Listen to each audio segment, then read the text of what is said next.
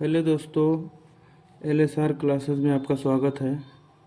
आज हम बताने जा रहे हैं वास्तविक संख्याएं के बारे में, जो कि अध्याय कक्षा 10 गणित का अध्याय 1 है।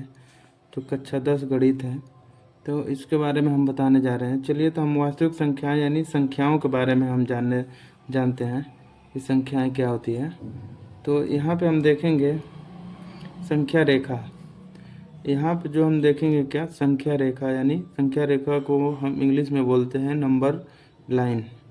तो इसको हम देखते हैं। तो अब संख्या रेखा, तो चलिए हम संख्या रेखा खींचते हैं। जो ये संख्या रेखा है, जो बीच में जीरो से दाएं तरफ जो है सभी धनात्मक पूर्णांक है, और जीरो से बाएं तरफ जो है सभी ऋणात्मक पूर्णांक है। जो कि तो इसमें क्या है, जो जीरो से दाएं तरफ यानी 1 से लेके अनंत तक की सभी संख्याएं क्या कहलाती है, प्राकृतिक संख्या कहलाती है। और तो यहाँ हम देखेंगे आगे प्राकृतिक संख्याओं के बारे में। यहाँ पे हम देखेंगे प्राकृतिक संख्याओं के बारे में। चलिए देखते हैं प्राकृतिक संख्याओं के बारे में। तो प्राकृतिक संख्याएं ऐसी संख्याएं जो 1 से शुरू होकर यानी 1 से शुरू होकर अनंत तक जाती है, यानी कहाँ तक जाएगी, अनंत तक जाती है, प्राकृतिक संख्याएं कहलाती है। जैसे उदाहरण में हम ले लेते हैं, यानी 1 2 3 4 5 डॉट डॉट डॉट कहाँ तक जाएगी, अनंत तक। तो ऐसी संख्या को हम प्राकृतिक संख्या कहते हैं। इसे जो है n से दर्शाते हैं, जो इसे कैपिटल N से दर्शाते हैं। ठीक, अब आगे हम देखते हैं,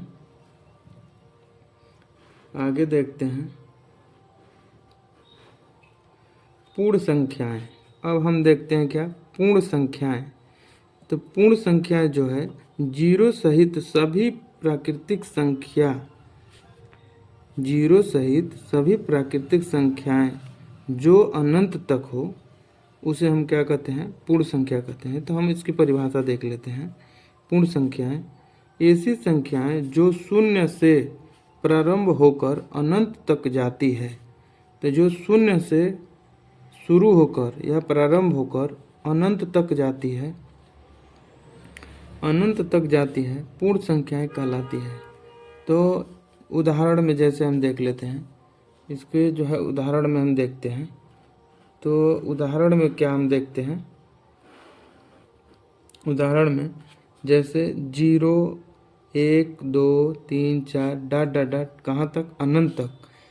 पूर्ण संख्या को हम W से दर्शाते हैं। ठीक, पूर्ण संख्या को हम W से दर्शाते हैं। अब हम चलते हैं कहाँ, पूर्णांक संख्या को बताते हैं, देखते हैं पूर्णांक संख्या को। पूर्णांक संख्या क्या होती है, शून्य सहित सभी धनात्मक एवं ऋणात्मक संख्याओं के समूह को पूर्णांक कहते हैं, जिसमें कोई दशमलव बिंदु नहीं होता है। इसे Z से प्रदर्शित करते हैं। तो हम लाइन पे चलते हैं। यहाँ पे 0 से दाहिने तरफ क्या है, सभी धनात्मक पूर्णांक है, और 0 से बाएं तरफ क्या है, सभी ऋणात्मक पूर्णांक है। और 0 को भी लेकर यानी धनात्मक पूर्णांक और ऋणात्मक पूर्णांक और 0 सहित सभी संख्या को हम क्या कहते हैं, पूर्णांक संख्याएं कहते हैं। जो कि इसको हम देख लेते हैं। तो इसका हम उदाहरण देखते हैं। उदाहरण जैसे देखते हैं हम, पूर्णांक 2 प्रकार का होता है। पूर्णांक जो होती है 2 प्रकार की होती है। ठीक है, तो पहला इसमें क्या होता है, धनात्मक पूर्णांक, जो जीरो से दाहिने तरफ की जितनी संख्याएं हैं, ये क्या है, धनात्मक पूर्णांक कहलाती है। तो इसको हम कहते हैं धनात्मक पूर्णांक। इसमें सभी धनात्मक संख्याओं का समूह समूह शामिल है, जैसे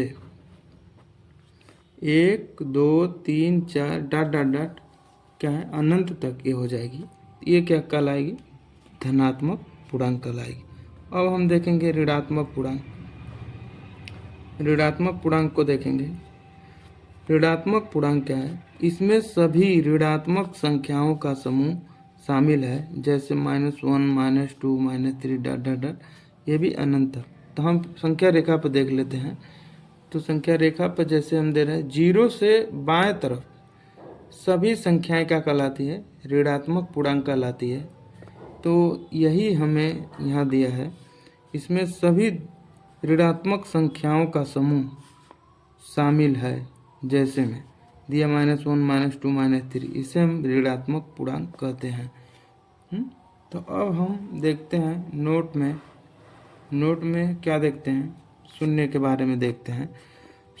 शून्य न धनात्मक पूर्णांक है और न ही ऋणात्मक पूर्णांक है, परंतु एक पूर्णांक है। शून्य न तो धनात्मक पूर्णांक है और न ही ऋणात्मक पूर्णांक है, परंतु एक पूर्णांक है। तो हमने पूर्णांक तक जो है इनको, इस चैप्टर को कंप्लीट कर लिया। फिर अब आगे नेक्स्ट चैप्टर में और इससे आगे पूरी संख्याओं के बारे में विस्तृत हम बताएंगे। तो दोस्तों,